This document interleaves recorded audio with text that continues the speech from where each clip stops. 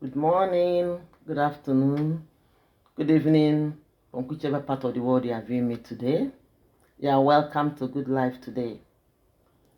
This is a place where we find inspiration, live our best lives, be our best selves, and live our life to the optimum level. I'm Professor Franca, and you are welcome once again to GLT. So today I'm going to talk about embracing and manifesting change in our lives for success. So how do you do that? You look through your life. Ask yourself, where do I want to be in the next 5 years? Where do I want to be in the next 10 years? And you write this down and you start to manifest things, put things in place that will allow you to get to where you want to go to. So that you are looking at your long-term goals, your short-term goals, and how you're going to get there. You have to realize that change is the only constant. And if you look at the life you're living, if you're okay with it, that's fine. All you need to do is write down the goals that are short-term goals and you keep on manifesting them.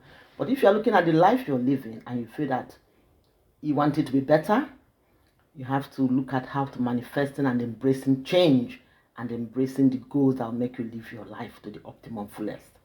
And I want to go to the scriptures and talk about what the good Lord have actually told us about asking and believing.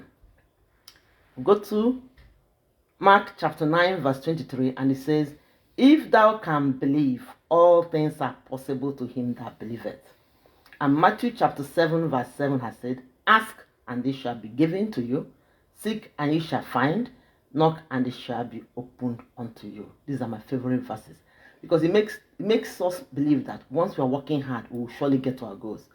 A lot of people don't know how to actually set goals and manifest it. If you set a goal, you have to keep on checking it, keep on working hard and making sure those goals manifest. Like I said, set achievable goals. So what you are doing today, if you take a pen and paper and challenge yourself, answer these questions I'm going to ask you. Ask yourself, where do I want to see myself in the next 5 years? You write it down. Why I say write it down is so that it's clear in your head. You're not guessing it. You're not wondering what it is. You're not forgetting it. So you write it down. When you put things down, research has shown that you remember it. So you ask yourself, where do I want to see myself in the next 5 years? You write it down. What are my long-term goals? You write it down. What are my medium-term goals? You write it down. What are my short-term goals? You write them down. Then you ask yourself, what are the 5 things I'm good at? What are the things that I love doing? What are the 5 careers I would have loved to be doing? What are the 5 things that people tell me I'm good at? If you write all this, if you're already in that place, by all means, continue it and keep on. But if you think you're going to make some changes, you start putting things in place on how to make the changes. You know your strengths, you know your inner strengths and your passion. And you know, when you do this, you are taking control of your life. You are taking charge of your life. You quit the blame game. Blame game means you stop blaming events around you. You stop blaming people around you that are the cause of this or the cause of that. You are in charge of your life. And when you're in charge of your life, you find that things work out for you. Things are because you know where you're going, you know how to get there. You're putting steps in place to get there. And when you blame people and say, oh, this person caused this or that one caused this one didn't do this for me, you are putting control onto those people. But when you take control of your life, you own your mistakes, you make amends where you have done those mistakes, and you move on. You find a way of moving on and making things around you work around you.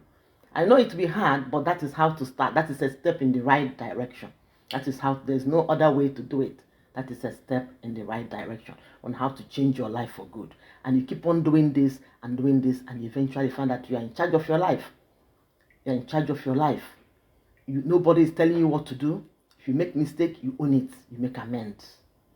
But when we are saying, some people have the habit of, oh, this person didn't do this for me. We are putting control onto them. They don't have time. They have their own lives to live. They have their own lives to live. Oh, I say morning to Alexander. Morning. So, that is how to live your life to the optimum. You are in charge of it. No one is telling you what to do. You are not putting your blame onto other people. No. You own yourself. You own your life. You are in charge of it. And by all means, of course, we make mistakes along the way. Nobody is perfect. But when you are making that mistake, you are owning the mistakes. And chances are you feel confident to move on with your life. so that you quit blaming people. You know where your head is clear, where exactly you're going and where you want to get to. And occasionally you review those goals and check what have you done to make the, what have you done, what am I going to do to, get what I want to get to. What have I done that didn't work? How do I change it? These are how to get yourself on the right track. It's not going to be easy, but that is how to start. It's quite clear in your head where you're going, be it in job, be it in business, in any aspect of your life. This is how to change your life for good.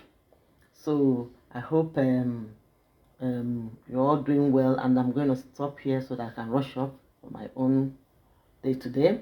Thank you so much for all the people that have joined me, and thank you for all your good wishes, and God bless you. Thank you.